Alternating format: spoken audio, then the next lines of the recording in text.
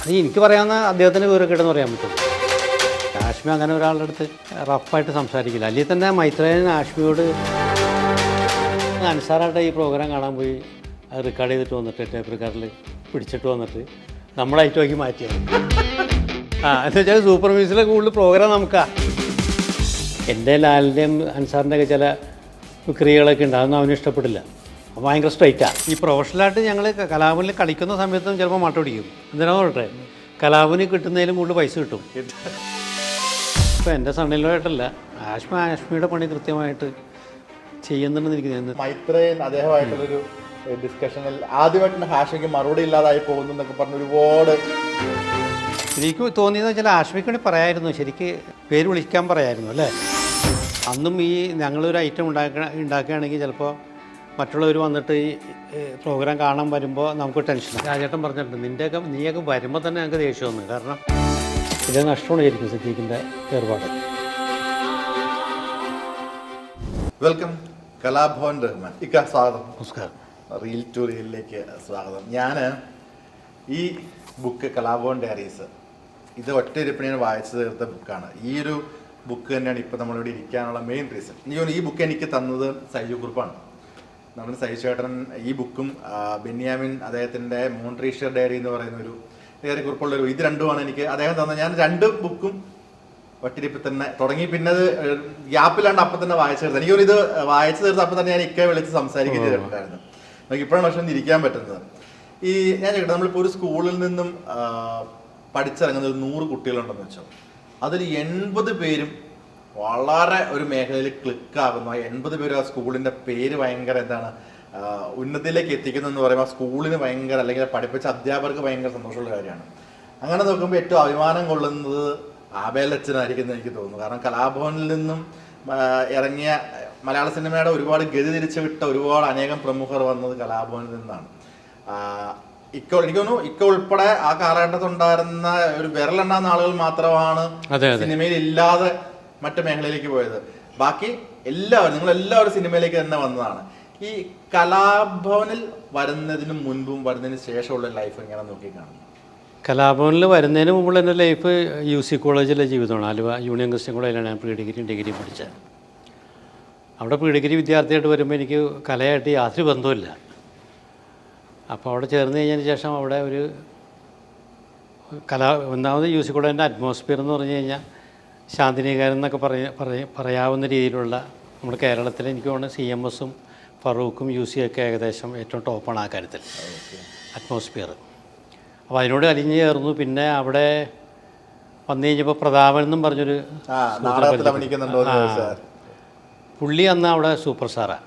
Mimicry ഞാൻ അതിനു മുമ്പ് ആകെ മിമിക്രി കണ്ടേക്കുന്നത് കൊച്ചിൻ ഹനീഫയുടെയും ആലിപ്പ അഷ്റഫിൻ്റെയും പിന്നെ കൊതുകാണപ്പ ചേട്ടൻ്റെ പിന്നെ വേണിച്ചേട്ടനും പാച്ചിക്കൂടിയും ചെയ്യണ പരിപാടി കണ്ടിരുന്നു. അല്ലാതെ നമുക്കിത് വേറെ അന്നൊക്കെ അത്ഭുതപ്പെട്ട് നിന്നിട്ടുണ്ട് ഇത് കണ്ടിട്ട്. എന്താ സംഭവം, ഹനീഫക്കടയൊക്കെ പ്രോഗ്രാം കണ്ട് ഹനീഫക്കൊക്കെ അനുകരിക്കണ കണ്ട് അത്ഭുതപ്പെട്ട് നിന്ന ഒരു ആളാണ് ഞാൻ. അങ്ങനെ ഈ പ്രതാപൻ്റെ മിമിക്രി കണ്ടിട്ട് അങ്ങനെയാണ് എനിക്കൊരു താല്പര്യം വരികയും അതുപോലെ പ്രതാപൻ നാടകത്തിലോട്ട് ക്ഷണിച്ചപ്പോൾ പിന്നെ അങ്ങോട്ട് ഫസ്റ്റ് നാടകത്തിൽ തന്നെ നമുക്കൊരു കുഴപ്പമില്ല എന്നുള്ള അഭിപ്രായ അധ്യാപകരിൽ നിന്നും സുഹൃത്തുക്കളിൽ നിന്നൊക്കെ കിട്ടിയപ്പോൾ പിന്നെ അങ്ങോട്ട് തുടർന്നു. അങ്ങനെ വന്ന് അവിടെ കോളേജ് ഡിഗ്രിക്ക് പഠിക്കുന്ന സമയത്ത് യൂണിവേഴ്സിറ്റി തലത്തിൽ മിമിക്രിക്ക് ഞാൻ വിൻ ചെയ്തു. കേരള യൂണിവേഴ്സിറ്റി അന്ന് 10-80 കൂടുതൽ ആൾക്കാർ പാർട്ടിസിപ്പേറ്റ്സ് ആണ്. അന്ന് MG യൂണിവേഴ്സിറ്റി ഇല്ല. അതാണ് അതിലെ ജയമാണ് കലാഭവനിലോട്ടെത്താൻ കാരണം. അപ്പോൾ ആ സമയത്ത് കലാഭവനിലൊക്കെ നമ്മൾ ദൂരെ നിന്ന് കാണുക. കലാഭവൻ്റെ ഗാനമേള നമ്മുടെ പരിസരത്തുണ്ടെങ്കിൽ കുറേ ദൂരെ ഉണ്ടെങ്കിലും പോയി കാണുന്ന അന്ന് കലാഭവൻ ഏറ്റവും സൂപ്പർ ഗാനമേളയാണെന്ന്. ഒരുപാട് വലിയ സിംഗേഴ്സും ഇവരൊക്കെ ഉള്ളത്. അങ്ങനെ ആ സമയത്താണ് കലാഭവന് അങ്ങനെ ഒരു പരിപാടി പ്ലാൻ ചെയ്യുന്നു. അതെനിക്ക് തോന്നുന്നു അച്ഛൻ പിന്നീട് പറഞ്ഞു വെച്ചാൽ അച്ഛൻ്റെ ഈ ഗാനമേളയുടെ ഇടയിൽ 2 പേര് മിമിക്രി കാണിച്ചിരുന്നു. ഒന്ന് നമ്മുടെ ഡയറക്ടർ ഹക്കീമും ഇപ്പോൾ ഇല്ല, ഹക്കീമും അശോകനും അല്ല വേറൊരു അശോകൻ. അപ്പോൾ അതിൽ നിന്ന് വന്ന ചിരിയാണ് അച്ഛൻ ഇങ്ങനെയുള്ളൊരു ഫുൾ ലെങ്ത് പ്രോഗ്രാം നമുക്ക് പ്ലാൻ ചെയ്യാൻ സ്പാർക്ക് കിട്ടിയെന്ന് അച്ഛനൊരിക്കൽ പറഞ്ഞു. അങ്ങനെയാണ് ഞങ്ങളന്ന് അവരുടെ ഒരു കോൺസെപ്റ്റാണ്. അന്നൊരു KV പ്രകാശ് എന്ന് പറഞ്ഞിട്ട് കലാഭവൻ്റെ സെക്രട്ടറി ഉണ്ടായിരുന്നു, അഡ്വക്കേറ്റ്. അച്ഛനും കൂടിയിട്ടുള്ള ഒരു കൂട്ടായ്മയിൽ നിന്നുണ്ടായ ഒരു കോൺസെപ്റ്റ് ആയിരിക്കും മിമിക്സ് പരേഡ്. അങ്ങനെയാണോ? അങ്ങനെ ഞങ്ങളെ ഇങ്ങനെ തിരഞ്ഞെടുക്കുക. ഞങ്ങൾ വ്യത്യസ്ത കോളേജുകളിൽ നിന്നായിരുന്നു. എറണാകുളം മഹാരാജാസ് കോളേജിൽ നിന്ന് ഡയറക്ടർ സിദ്ദീഖ്, അതുപോലെ അൻസാർ പ്രസാദ് വന്നു. വർക്കിച്ചമ്പേട്ട ഭാരതമാതാ കോളേജിൽ നിന്ന് വന്നു. ഞാൻ ആലുവ UC കോളേജിൽ നിന്ന് വന്നു. പിന്നെ ലാല്, അങ്ങനെ 6 പേര്. അതാണ് കലാഭവനിലോട്ടുള്ള വരവ്, എൻട്രി. ഞാൻ ചോദിക്കട്ടെ, ഇപ്പം അതിനുശേഷം മിക്ക സിനിമയിലേക്ക് വന്നൊക്കെ ഇതെല്ലാം നമ്മൾ ബുക്കിൽ ഒക്കെ എഴുതിയിട്ടുണ്ട്. ഇപ്പം ഈ ഒരു ഓഡിയോ കാസറ്റിലും അതിനെപ്പറ്റി വലിയ കാര്യമായിട്ട് ഇങ്ങനെ പരാമർശിക്കപ്പെട്ടിട്ടില്ല ബുക്കിൽ എന്ന് തോന്നുന്നു. ഓഡിയോ കാസറ്റിലും ഒരു സമയത്ത് എന്താണ് ചെയ്തിരുന്നു അല്ലേ? ഒരുപാട് ഓഡിയോ കാസറ്റ് ആയിരുന്നു അന്ന് ഞങ്ങൾ പരേഡ് തുടങ്ങുന്ന സമയത്തൊന്നും വീഡിയോ ഒന്നുമില്ല. യുമാറ്റിക് ഇതിൻ്റെ കാസറ്റുകൾ അടക്കം ഇറങ്ങും ഗൾഫിൽ നിന്നൊക്കെ വരുന്നത്.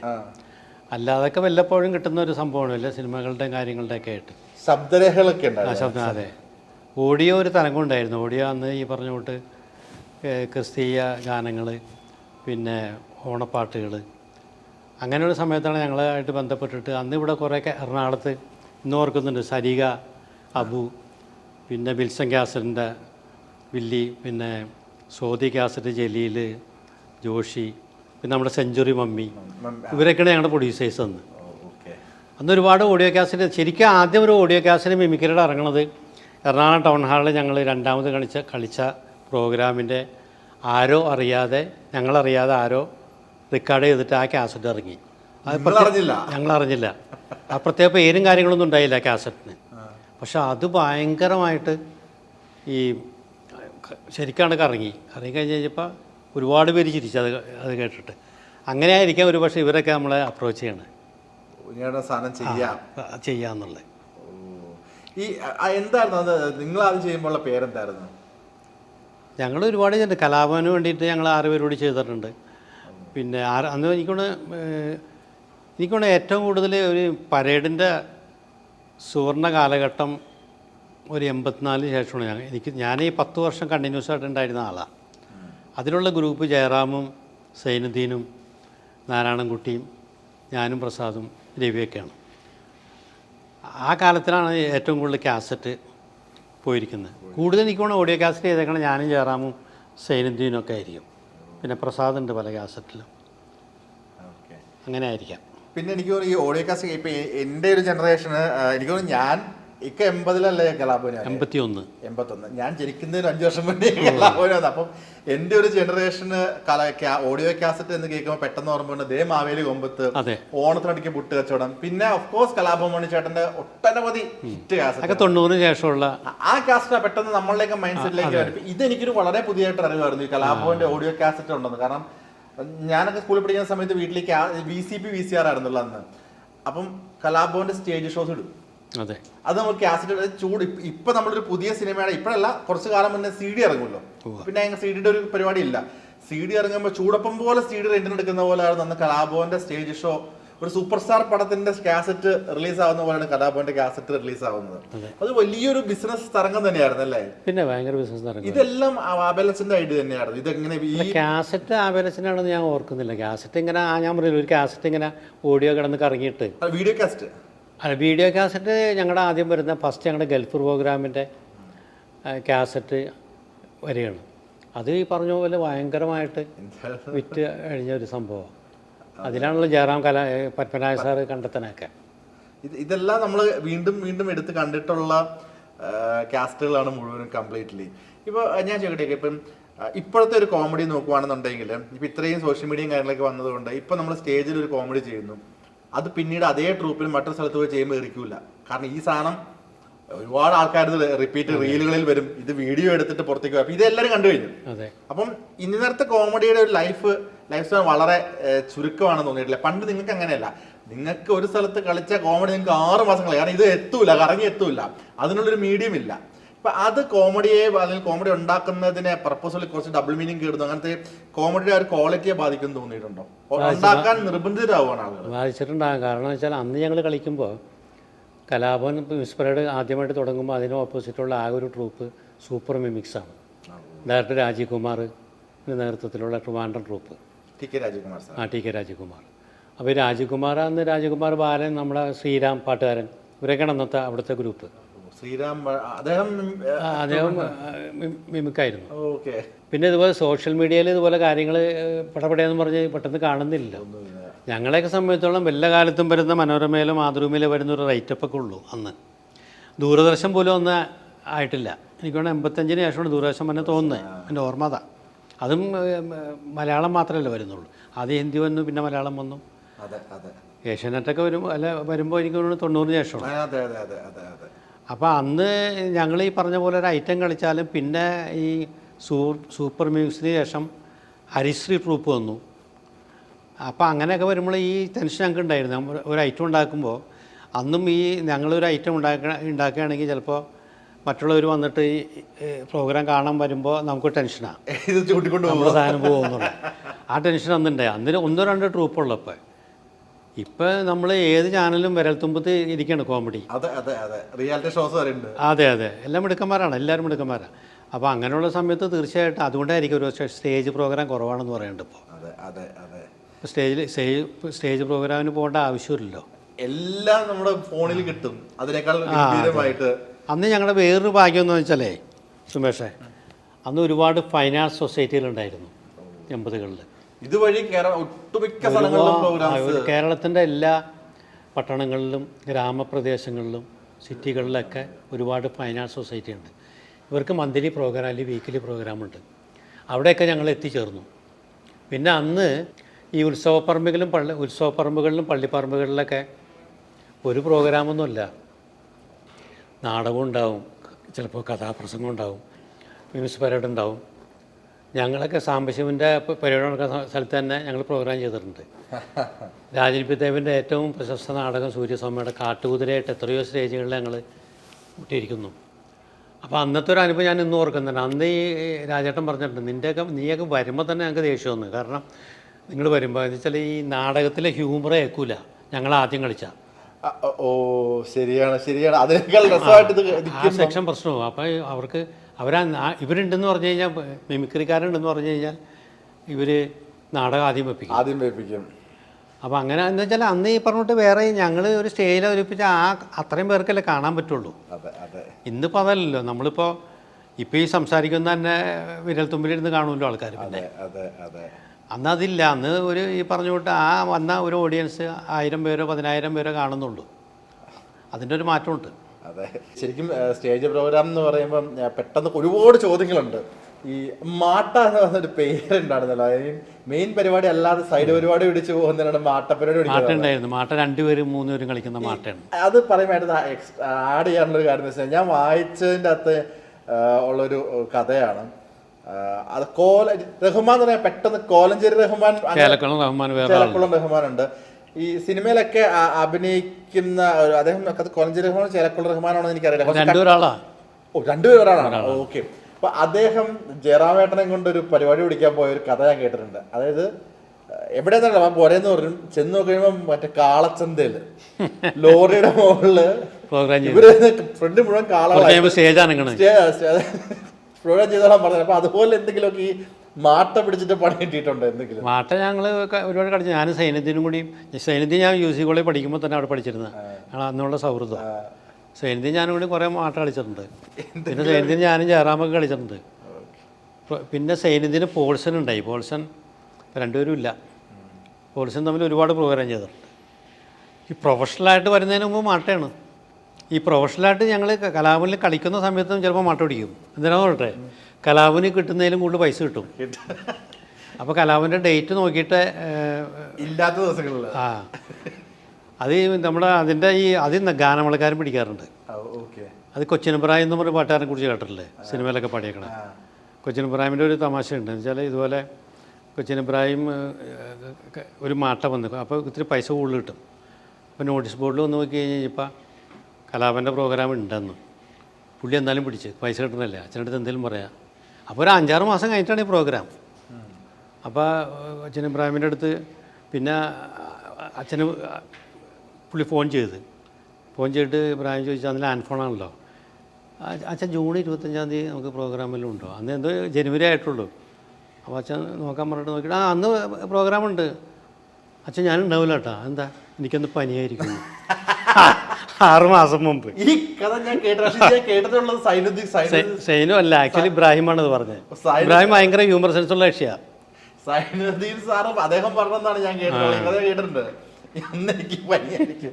അതുപോലെ വേറൊരു സംഭവം ഞാൻ സൈനുദ്ദീൻ അദ്ദേഹം പറഞ്ഞു എന്ന് കേട്ടിട്ടുള്ള, മറ്റേ റോഡിൽ കൂടെ പോകുന്ന വഴിക്ക് ഒരു ചെളി തെറിപ്പിച്ച് വണ്ടി പോയി. ഉടനെ വണ്ടി നമ്പർ എഴുതി എടുത്തു. എന്തിനാ കേസിന് പോകാനാണോ, ആ വണ്ടി മാറി കിടക്കാനാ. അത് സിനിമയിൽ വന്നല്ലോ, അത് സിനിമയിൽ വന്നു. മച്ചാമറീസ് അദ്ദേഹത്തിന്റെ വന്നു. എനിക്ക് തോന്നുന്നു കലാഭവന്റെ ഒരു ഉദയം തന്നെയാണ് mimics parade, mimics action fight എന്നൊക്കെ സിനിമകൾ തന്നെ വന്നു. കലാദർശന, എന്താണ് കാവ്യദർശന എന്ന് പറഞ്ഞാൽ 2 ട്രൂപ്പുകൾ തമ്മിലുള്ള കിടമത്സരവും കാര്യങ്ങളൊക്കെ. അപ്പം ആ സമയത്തും 2-3 ട്രൂപ്പുകൾ മാത്രമാണ് ഉള്ളതെന്ന് ഇപ്പൊ പറഞ്ഞു. ഇപ്പോൾ ഒരു ചോരത്തിളപ്പിന്റെ ഒരു പ്രായമാണ്, വളരെ യങ് ഏജ് ആണ്. സ്വാഭാവികമായിട്ടും ഓപ്പോസിറ്റ് നിൽക്കുന്ന ട്രൂപ്പിനേക്കാൾ കൂടുതൽ നന്നായിട്ട് പരിപാടി നമുക്ക് വേണം, നമുക്ക് കിട്ടണം, അല്ലെങ്കിൽ അവരെ തറവട്ടിക്കണം എന്നുള്ളൊരു ചിന്ത, ഒരു മത്സരബുദ്ധി എന്തായാലും ഉണ്ടാവും. അങ്ങനെ എന്തെങ്കിലും പണി കൊടുക്കുകയോ അല്ലെങ്കിൽ അങ്ങനെ ഒരു ശത്രുത വരികയോ ഒരു തല്ലുണ്ടാവുകയോ പിന്നീട് അവരുമായിട്ട് സൗഹൃദം വരികയോ, ഇപ്പൊ ആ സമയത്ത് ഒരു അടിപൊളി കഴിഞ്ഞാൽ പിന്നീട് അവരുടെ സിനിമ വന്നു കഴിയുമ്പോൾ സൗഹൃദം വരും. അങ്ങനത്തെ ഇൻസിഡൻസ് ഒക്കെ ഉണ്ടായിട്ടുണ്ട്. ഈ പണിയൊന്നും കൊടുത്തിട്ടില്ല, പക്ഷേ പരസ്പരമായിട്ട് മോഷണങ്ങളൊക്കെ നടന്നിട്ടുണ്ട്. ഐറ്റം അവിടുന്ന് അത് എന്താ വെച്ചാല് ഇപ്പൊ ഞാൻ വേണി ഇപ്പൊ രാജകുമാറിന്റെ ഗ്രൂപ്പ് ഉണ്ടായിരുന്നില്ലേ, അവരുടെ സംഗീത കച്ചേരി ഉണ്ടായിരുന്നു. അവരുടെ സംഗീത കച്ചേരി, മൃദംഗവും വയലിനും മറ്റേ തബലയും വായ്പാട്ടുകളെല്ലാം വായിച്ചിട്ട്. ഇത് കലാഭവനിൽ കൂടെയാണ് ഏറ്റവും വലിയ പ്രശസ്തമായ ഈ പരിപാടി. പക്ഷെ ശരിക്കും പറഞ്ഞത് സൂപ്പർ മ്യൂസിൻ്റെ ഐറ്റമാണ്. എനിക്ക് തോന്നുന്നു അൻസാറായിട്ട് ഈ പ്രോഗ്രാം കാണാൻ പോയി അത് റെക്കോർഡ് ചെയ്തിട്ട് വന്നിട്ട് ടേപ്പ് റെക്കോർഡിൽ പിടിച്ചിട്ട് വന്നിട്ട് നമ്മളെ ഐറ്റമാക്കി മാറ്റിയത്. എന്ന് വെച്ചാൽ സൂപ്പർ മ്യൂസിലെ കൂടുതൽ പ്രോഗ്രാം നമുക്കാ. അങ്ങനെ വന്നു കഴിഞ്ഞിട്ട് പിന്നെ എനിക്കാണ് നമുക്കാണ് ഏറ്റവും കൂടുതൽ പ്രോഗ്രാം. പക്ഷേ രാജീവൊക്കെ ആയിട്ട് ഭയങ്കര സൗഹൃദമായിരുന്നു. ഞാൻ സിനിമയിലൊക്കെ വരാൻ കാരണം രാജീവാണ്. അങ്ങനെ ഒരു വഴക്കിൻ്റെ സംഭവമൊന്നുമില്ല, എല്ലാവരും വലിയ കൂട്ടാണ്. അരിസിൽ ഇപ്പോൾ കലാഭവനിൽ കുറച്ച് കഴിഞ്ഞ് കഴിഞ്ഞപ്പോൾ കലാഭവനും സിദ്ദീഖും ലാലും എൻഎഫും ഒക്കെ അങ്ങോട്ട് പോയല്ലോ അരിസിയിലോട്ട്. പക്ഷെ ഞങ്ങളപ്പോഴും സുഹൃത്തുക്കൾ തന്നെ, അവർക്കും പ്രോഗ്രാമുണ്ട് ഞങ്ങൾക്കും പ്രോഗ്രാമുണ്ട്. ബന്ധമൊക്കെ കിപ്പി. അങ്ങനെ ഒരു സ്ഥായിയായ ഒരു വഴക്കൊന്നുമില്ല കലാകാരന്മാർ. എനിക്കും അങ്ങനെ വന്നിരിക്കണം. ഞങ്ങളിൽ അങ്ങനെ ഇല്ല. ചിലപ്പോൾ അടി വരെ കടന്നിട്ടുണ്ട്, പക്ഷേ അതൊന്നും സൗഹൃദത്തെ ബാധിക്കില്ല. എന്തിൻ്റെ പേരിൽ പരസ്പരം അടി എന്നല്ല, ചെറിയ ചെറിയ കാര്യങ്ങൾക്കൊക്കെ വേണ്ടിയിട്ട് ഉള്ള വഴക്ക്. പണ്ട് സിദ്ദീഖ് സഫാരി ചാനലിലൊക്കെ എന്തൊക്കെ പറഞ്ഞിട്ടുണ്ട് കുറേ അടി കാര്യങ്ങളൊക്കെ. അതൊക്കെ ഒരു സ്ഥിരമായിട്ടുള്ള ഒരു വൈരാഗ്യ ബുദ്ധിയോടുകൂടിയുള്ള സംഭവമല്ല. ഇപ്പോൾ സിദ്ദീഖ് ഞാൻ പറയാറുണ്ട്, സിദ്ദീഖ് നമ്മൾ കാണുന്ന ഭയങ്കര സൗമ്യനായ ആളല്ലേ. സിദ്ദീഖ് പ്രോഗ്രാം ഞങ്ങൾ ചെയ്യുന്ന സമയത്ത് ഭയങ്കര ദേഷ്യക്കാരനായിരുന്നു, ചൂടനായിരുന്നു. എന്ന് വെച്ചാൽ വേറൊന്നിനുമില്ല, പ്രോഗ്രാം നന്നാൻ വേണ്ടിയിട്ടാണ്. എൻ്റെ ലാലിൻ്റെയും അൻസാറിൻ്റെയൊക്കെ ചില വിക്രിയകളൊക്കെ ഉണ്ട്, അതൊന്നും അവന് ഇഷ്ടപ്പെട്ടില്ല. അപ്പോൾ ഭയങ്കര സ്ട്രൈറ്റാണ്. അപ്പോൾ അവന് പെർഫെക്ഷൻ്റെ ആളാണ് പുള്ളി, എല്ലാം പക്കയായിരിക്കണം. പുള്ളി അല്ലല്ല, പുള്ളി ക്ലർക്കായിരുന്നു സ്കൂളിൽ. അപ്പോൾ അതുകൊണ്ട് പുള്ളിനെ വിളിക്കണം മാഷെന്നാണ്. ലാലെ വിളിക്കണം മാഷെന്നാണ് പുള്ളിനെ. മാഷെന്ന് വിളിക്കണം. സ്കൂളിന്റെ ആ ഒരു ചിട്ടവട്ടങ്ങളാണ്. അല്ല, സിദ്ദീഖിൻ്റെ അത് തന്നെയാണ് സിനിമയിലും സംഭവിച്ചേക്കണം. അദ്ദേഹത്തിൻ്റെ ഒരു എന്ത് ചെയ്യുമ്പോൾ പെർഫെക്ഷൻ വേണം എന്നുള്ള ഭയങ്കര നിർബന്ധമുള്ളതാണ്. ഈ കലാഭവൻ റഹ്മാൻ എന്നുള്ള പേര് ഫസ്റ്റ് ഇടുന്ന ആരാണ്? സിദ്ദീഖാണ്. അത് ഞാൻ എന്തുകൊണ്ടാണ് അങ്ങനെ? അത് കാക്കോത്തിക്കാവിലെ അപ്പൂപ്പൻ നാടികൾ എന്ന് പറഞ്ഞ സിനിമയിൽ അഭിനയിച്ചിരുന്നു. പിന്നെ 3-4ാമത്തെ പടം. അപ്പോൾ അതിൻ്റെ അസോസിയേറ്റ് സിദ്ദീഖായിരുന്നു, കമൽ ഡയറക്ടർ. അപ്പോൾ ഈ പത്രക്കാർക്ക് കൊടുക്കുമ്പോൾ അസോസിയേറ്റ് ആണല്ലോ എല്ലാം എഴുതി കൊടുക്കണേ, ആർട്ടിസ്റ്റുകളുടെ പേരൊക്കെ. അപ്പോൾ ഇങ്ങനെ പേര് കൊടുത്തു കഴിഞ്ഞപ്പോൾ എൻ്റെ കൂട്ടത്തിൽ അവൻ കലാഭവൻ എന്നിട്ടു. അത് ഞാൻ പിന്നെ സിദ്ദീഖിൻ്റെ അടുത്ത് ചോദിച്ചു. അവൻ എൻ്റെ പേരിലാണ് എനിക്കാണ് ആദ്യം ഇടുന്നത് കലാഭവനിലെ പേര് എനിക്കാ വന്നത്. അപ്പോൾ സിദ്ദീഖ് പറഞ്ഞു വെച്ചാൽ അന്ന് റഹ്മാൻ ഉണ്ടല്ലോ കൂടെ ഇവിടെ. അപ്പോൾ ഞാൻ ആദ്യം ആലുവ റഹ്മാൻ നിനക്ക് ഇടാന്ന് വിചാരിച്ചു. പിന്നെ വിചാരിച്ചു വേണ്ട, നമ്മൾ വന്ന സ്ഥലത്ത് തന്നെ ഇരിക്കട്ടെ. അങ്ങനെ സിദ്ദീഖ് ഇട്ട പേരാ കലാഭവൻ. ഫസ്റ്റ് കലാഭവന്റെ പേര് കൂട്ടിയൊക്കെയാണ് ഇടുന്നത്. എനിക്കാ വന്നേ. പിന്നീട് അങ്ങോട്ടാണ് ഒരുപാട് ആർട്ടിസ്റ്റുകൾ ഒരുപാട് പേര് വന്നു. എനിക്കൊരു ഇപ്പം നമ്മൾ കാക്കോത്തിക്കാവിലെ അപ്പൂപ്പൻതാടികൾ പറയുമ്പം ആ സമയത്താണ് കല്യാണവും പെണ്ണുകാണലൊക്കെ നടക്കുന്നത്. അതെ അല്ലേ? ആ സിനിമ കണ്ടു. അത് പക്ഷേ പെണ്ണാണാൻ പോകുമ്പോൾ അറിയില്ലല്ലോ. പെണ്ണ് കാണാൻ പോകുമ്പോൾ അവര് അല്ല പെണ്ണ് കാണാൻ പോണ സമയത്ത് കാക്കോത്തിക്കാവ് റിലീസായി തിയേറ്ററിൽ കളിക്കുന്നുണ്ട്. പക്ഷെ ഇവരൊക്കെ ആ പടം കണ്ടെന്ന് എനിക്കറിയില്ല. അതിലാട്ടേപ്പ് ഒരു ക്യാരക്ടറാണല്ലോ. അതെ അതെ അതെ അതെ അതെ. ഈ ഞാൻ ചോദിക്കട്ടെ, ഇപ്പം ഈ കലാരംഗത്തേക്ക് വരുന്നു, കലാഭവനിൽ വരുന്നു, പഠിക്കുമ്പോൾ ഈ യാദൃശ്യമായ നാടകത്തിലേക്ക് ഇപ്പം നെക്സ്റ്റ് ആയിട്ട് അഭിനയിക്കാൻ വേണ്ടി വിളിക്കുന്നു. അതിനുശേഷം ഇങ്ങനെ മിമിക്രി അല്ലെങ്കിൽ മിമിക്സ് പരേഡിലേക്ക് വരുന്നു. ഇപ്പോഴൊക്കെ ആ പഠിക്കുന്ന സമയത്തൊക്കെ ആഗ്രഹം സിനിമ തന്നെയായിരുന്നു, അതെയോ ഈ ആ പോകുന്ന റൂട്ടിൽ നിന്ന് പൊക്കോണ്ടിരിക്കുക എന്നുള്ളത് തന്നെയാണ്, ജോലി തന്നെയായിരുന്നു ഫോക്കസ് വേണ്ടത്? എന്താണ് ശരിക്കും പക്ഷേ ആഗ്രഹങ്ങളൊക്കെ? അത് ശരിക്കും അങ്ങനെ പഠിക്കുന്ന കാലത്ത് സിനിമ എന്ന് ആഗ്രഹിക്കും. പഠിക്കുന്ന കാലത്ത് വേറൊരു സംഭവമുണ്ട്. സത്താറ് ഞാൻ പ്രീഡിയിലേക്ക് വരുമ്പോൾ നടൻ സത്താറ് അവിടെ MA പഠിക്കുന്നുണ്ട്. ഞങ്ങൾ ആ MA പഠിക്കുന്ന സമയത്താണ് സത്താറിനെ വിൻസെൻ്റ് മാഷ് സെലക്ട് ചെയ്യണേ അനാവരണം. അപ്പം ഞങ്ങളുടെ ഒരു കൂട്ടുകാരൻ സിനിമയിലെത്തുന്നു. സത്താറെ ഞാൻ പ്രീഡിയിരിക്കണമെങ്കിൽ സത്താറായിട്ട് വലിയ സൗഹൃദം വരും ഞങ്ങൾ കലയായിട്ട് ബന്ധപ്പെട്ടിട്ട്. നമ്മൾ കവിതാ തിയേറ്ററിൽ പോയിട്ട് ഞാൻ സൈന്യത്തിന് കൂടി പോയിട്ട് സത്താറിനെ ആദ്യമായിട്ട് കണ്ടപ്പോൾ ഞങ്ങൾ അറിയാതെ എണീറ്റെന്ന് കൈയടിച്ചു പോയിട്ടുണ്ട്. കാരണം നമുക്ക് പരിചയമുള്ള ഒരാൾ ആദ്യമായിട്ട് സിനിമയിൽ. അപ്പം അന്നൊക്കെ ഒരു ചെറിയ ആഗ്രഹമൊക്കെ വന്നു. പക്ഷെ നമുക്കൊന്നും ഒന്നാമത് സത്താറ് നല്ല ഹൈറ്റും നല്ല ഗ്ലാമറും, നമുക്കൊന്നും ഒരിക്കലും എത്താൻ പറ്റില്ല എന്നുള്ള സംസാരമൊക്കെയാണ് ഞാനും സൈന്യത്തിനൊക്കെ അന്ന്. പിന്നെ ഇങ്ങനെ കലാഭവനിൽ വന്നതിന് ശേഷം ഈ സിനിമയെക്കുറിച്ച് ഏറ്റവും കൂടുതൽ പറയണത് ഈ ലാലോ സിദ്ദീഖോ ഞാനോ സൈന്യത്തിനോ ഒന്നുമല്ല, അൻസാറാണ്. അൻസാറെന്ന് വെച്ചാൽ ഈ സിനിമ പ്രാന്ത് ഭയങ്കരമാണ്. അവനാണ് എപ്പോഴും സിനിമയെ കുറിച്ച് പറയണതും സിനിമയിലെത്തണമെന്നും ഇതൊക്കെ പറയുന്നത്. സിദ്ദീഖ് ലാലൊക്കെ നിശബ്ദമാണ്. ആകെ സിനിമയെ കുറിച്ച് അങ്ങനെ പറയാറൊന്നുമില്ല അവർ. ഇതൊക്കെ ഇങ്ങനെ സംഭവിച്ചു പോകണാണ്, അല്ലാതെ പ്ലാനിങ് ഒന്നുമല്ല. പ്ലാൻ ചെയ്ത് വന്നവരുണ്ടാവും കേട്ടോ, പക്ഷെ നമ്മുടെ ഇതിൽ പറഞ്ഞാണ് ഞാൻ. അൻസാരൊക്കെ ഒരുപാട് സിനിമകൾ ചെയ്തു, ഡയറക്ഷൻ സൈഡ് ആണെന്നുണ്ടെങ്കിൽ ഒരുപാട് സിനിമ ഇപ്പൊ ഒരു ഗ്യാപ്പിൽ നിൽക്കുകയാണെന്ന് തോന്നുന്നു അല്ലേ? അതെ. ഈ ഇപ്പൊ ഇത്രയും വർഷം കഴിഞ്ഞു, ഇപ്പം ലാൽ സാറ്, സിദ്ദിഖ് സാറ് നമ്മളെ വിട്ടുപോയി, സൈനുക്ക വിട്ടുപോയി, NF അദ്ദേഹം വിട്ടുപോയി, വർഗച്ചൻപേട്ടയുണ്ട്, ബാക്കി എല്ലാവരും ഉണ്ട്. നിങ്ങളുടെ ഒരു കോണ്ടാക്ട്സ് ഒക്കെ എങ്ങനെയാണ്? എല്ലാവരും നമ്മൾ ഇപ്പോഴും ഇപ്പം ഫാമിലി, ഇപ്പം സിദ്ദിഖിക്കമ്മ പോയി അവരുടെ ഫാമിലിയൊക്കെ ആയിട്ട് ഇപ്പോഴും കോണ്ടാക്റ്റിലുണ്ടോ? അല്ലെങ്കിൽ നിങ്ങളിപ്പോൾ ലാൽ സാറൊക്കെ ആയിട്ടുള്ളൊരു ബന്ധം എങ്ങനെയാണ്? നല്ല കോണ്ടാക്ട്സ് ഉണ്ട് എല്ലാവരോടും. ഞങ്ങൾ കൂടാറുണ്ടായിരുന്നു. ഞങ്ങൾ 20 വർഷം 30 വർഷം 10 വർഷം 40 വർഷമാണ് അവസാനം കൂടിയത്. അത് കൂടി കഴിഞ്ഞ് ഇനിയിപ്പോൾ കൂട്ടായ്മ ഉണ്ടാവുമെന്ന് തോന്നുന്നില്ല. കാരണം നമുക്ക് ഒരാൾ പോകാമെന്ന് പറയും, അതിലൊരാൾ പോയില്ല സിദ്ദീഖ്. അപ്പോൾ അത് പ്രയാസമുള്ള കാര്യമാണ്. ആ സൗഹൃദം എന്നും ഉണ്ട്. സിദ്ദീഖൊക്കെ പോകുമ്പോൾ ഒരു വലിയ നഷ്ടമായിട്ട് എനിക്ക് തോന്നിയിട്ടുണ്ട്. കാരണം സിദ്ദീഖിൻ്റെ അടുത്തൊക്കെ ഒരു കൂട്ടുകാരൻ നിലയിൽ ഏത് സമയത്തും എന്ത് തിരക്കുണ്ടെങ്കിലും അവന് എടുക്കാൻ വലിയ വിത്തിൻ മിനിറ്റ്സ് വിളിക്കും, തിരിച്ചു വിളിക്കും. അങ്ങനെയുള്ള ആളാണ്. പിന്നെ നമുക്ക് എന്ത് സംസാരിക്കാം. ഫാമിലിയെ എനിക്കങ്ങനെ പ്രശ്നങ്ങളൊന്നും ഉണ്ടായിട്ടില്ല. എന്നാൽ തന്നെ എന്തിനെക്കുറിച്ചേ സംസാരിക്കാവുന്ന ഒരാളായിരുന്നു സിദ്ദീഖ്. അവൻ്റെ ഒരു സൗമ്യ സ്വഭാവം കാര്യങ്ങളും വലിയ നഷ്ടമായിരിക്കും സിദ്ദീഖിൻ്റെ വേർപാട്. ഇപ്പം സിനിമ എന്ന് പറയുമ്പം അഭിനയം അല്ലാതെ ഇപ്പം എഴുത്ത്, ചേട്ടൻ്റെ കൂടുതൽ ഒട്ടുമിക്ക ആൾക്കാരും മറ്റ് മേഖലകളിലൊക്കെ കൈവച്ചിട്ടുണ്ട്. എഴുത്ത്, സംവിധാനം അല്ലെങ്കിൽ നിർമ്മാണം, അങ്ങനെ വേറെ ഏതെങ്കിലും ഒരു മേഖലയിൽ ഒന്ന് ട്രൈ ചെയ്ത് നോക്കണം എന്ന് തോന്നിയിട്ടില്ലേ? തോന്നിയിട്ടൊക്കെ ഉണ്ട്. പക്ഷേ സംവിധാനം എന്നൊക്കെ പറഞ്ഞു കഴിഞ്ഞാൽ പലരും എൻ്റെ അടുത്ത് പറഞ്ഞിട്ടുണ്ട്. ഒരു സംവിധാന സംഭവം വന്നതാണ് എനിക്ക്, ഒരു പ്രൊഡ്യൂസറൊക്കെ സെറ്റപ്പ്, പക്ഷേ നടന്നില്ല.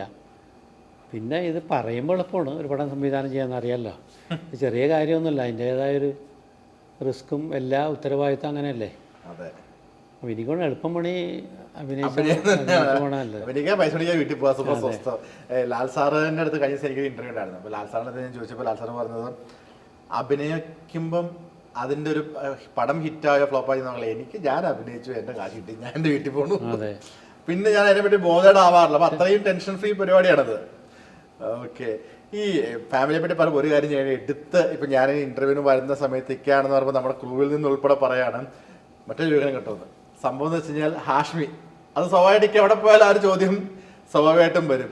ഈ ഹാഷ്മിയെ പറ്റി പറയുമ്പോൾ ഇപ്പോൾ ന്യൂസിൽ അദ്ദേഹത്തിന് ഇൻട്രൊഡക്ഷൻ ന്യൂസ് വായിക്കുമ്പോൾ അദ്ദേഹം ഇൻട്രോ ഒക്കെ ഭീകരമാണ്. അത് ഒരുപാട് റീലുകളും കാര്യങ്ങളും ഒക്കെ വരുന്നതാണ്, നമ്മുടെ അദ്ദേഹത്തിന് ന്യൂസൊക്കെ കാണുന്നതാണ്.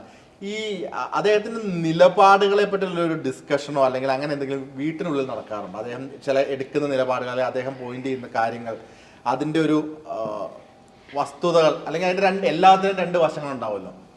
അദ്ദേഹത്തിൻ്റെ നിലപാടാണോ ശരി, അല്ലെങ്കിൽ അദ്ദേഹം എടുക്കുന്ന ഏതെങ്കിലും ഒരു പാർട്ടി അധിഷ്ഠിതമായിട്ട് തോന്നുന്നു, അങ്ങനെ വല്ലതും ഡിസ്കഷൻസ് വല്ലതും? ഇടയ്ക്ക് അങ്ങനെ ചില ചർച്ചകളൊക്കെ നടക്കാറുണ്ട്.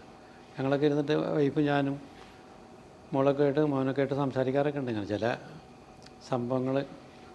പിന്നെ അത് എനിക്ക് തോന്നിയേക്കണ ആഷ്മി ഇപ്പോൾ എൻ്റെ സണ്ണിലുമായിട്ടല്ല, ആഷ്മിയുടെ പണി കൃത്യമായിട്ട് ചെയ്യുന്നുണ്ടെന്ന് എനിക്ക് നിഷ്പക്ഷമായിട്ട് ചെയ്യുന്ന ഒരു പത്രക്കാരനായിട്ട് എനിക്ക് തോന്നിയിരിക്കുന്നത്. പുള്ളിക്ക് പുള്ളിയുടെ നിലപാടുണ്ട്. നിലപാട് നമുക്കിപ്പോൾ ഒരു അഡ്വൈസ് കൊടുക്കേണ്ട ആവശ്യമില്ല. കാരണം വലിയ വലിയ പുലികളെ ആയിട്ടാണ് സംവാദവും കാര്യങ്ങളൊക്കെ നമ്മൾ കാണുന്നത് അല്ലേ. അതെ. അപ്പോൾ ആ ഒരു കാലിബറുള്ള ആളെ നമ്മൾ അഡ്വൈസ് ചെയ്യേണ്ട ആവശ്യമില്ല. പക്ഷേ നമുക്ക് അഭിപ്രായങ്ങളൊക്കെ പറയാമല്ലോ, അതൊക്കെ പറയാറുണ്ട്. അപ്പോൾ ഓക്കെ എന്നൊക്കെ പറയും. ഈ കഴിഞ്ഞ ദിവസങ്ങളിൽ ഏറ്റവും ഹാഷ്മിയുടെ ഒരു വിവാദം എന്നല്ല പറഞ്ഞ ഹാഷ്മിയുടെ ഒരു ചർച്ച വന്ന് മൈത്രേയൻ അദ്ദേഹമായിട്ടുള്ളൊരു ഡിസ്കഷനിൽ ആദ്യമായിട്ടാണ് ഹാഷ്മിക്ക് മറുപടി ഇല്ലാതായി പോകുന്നു എന്നൊക്കെ പറഞ്ഞ് ഒരുപാട് സാധനങ്ങൾ വന്നിരുന്നു. അപ്പം പിന്നീട് പലരും പറയുന്നുണ്ട് വളരെ സിമ്പിളാണ്, ഇതിന് സിമ്പിളായിട്ട് ഇങ്ങനെ മറുപടി കൊടുക്കാമായിരുന്നു. ഇപ്പം അങ്ങനെ എന്തെങ്കിലുമൊക്കെ ഒരു ഡിസ്കഷൻ ഫാമിലി ഗ്രൂപ്പൊക്കെ ഉണ്ടല്ലോ, അങ്ങനെയൊക്കെ വല്ലതും വരുവാറുണ്ടോ? അല്ലെങ്കിൽ അതിലെനിക്ക് തോന്നിയത് സംഭവിച്ചാൽ മൈത്രേയൻ അറിവൊക്കെ ഉള്ള ആളാണ്. പക്ഷേ പുള്ളി തന്നെ പറഞ്ഞുകൊണ്ടിരിക്കുന്നത് ഞാൻ അറിവുള്ളതാണ്. ഇപ്പം സുമേഷിന് അറിവുണ്ടെങ്കിൽ സുമേഷിന് അല്ലല്ലോ പറയേണ്ട അറിവുണ്ട്, മറ്റുള്ളവരല്ലേ പറയേണ്ടത്. അതിന് കൃത്യമായിട്ട് മറ്റേ രാഹുൽ കൊടുത്തല്ലോ. നിങ്ങൾക്കൊരു ധാരണയുണ്ട്, നിങ്ങൾ വലിയ എന്താ വെച്ചാൽ അതുപോലെ ആഷ്മി പറയാം. ഓരോരുത്തർക്കും ഓരോ രീതിയല്ലേ. ആഷ്മി അങ്ങനെ ഒരാളുടെ അടുത്ത് റഫായിട്ട് സംസാരിക്കില്ല. അല്ലെങ്കിൽ തന്നെ മൈത്രേയൻ ആഷ്മിയോട് പറഞ്ഞ രീതി തന്നെ എന്തോ പോലെ തോന്നിയില്ല എല്ലാവർക്കും. കാരണം വെച്ചാൽ താൻ മിണ്ടാണ്ടിരിക്കുന്നത് എനിക്ക് വിവരമില്ല, അതൊക്കെ പറയണത് ബാലിശമായിട്ടുള്ള അത് എനിക്ക് പറയാവുന്ന അദ്ദേഹത്തിന് വിവരമൊക്കെ ഇട്ടെന്ന് പറയാൻ പറ്റുള്ളൂ അല്ലേ.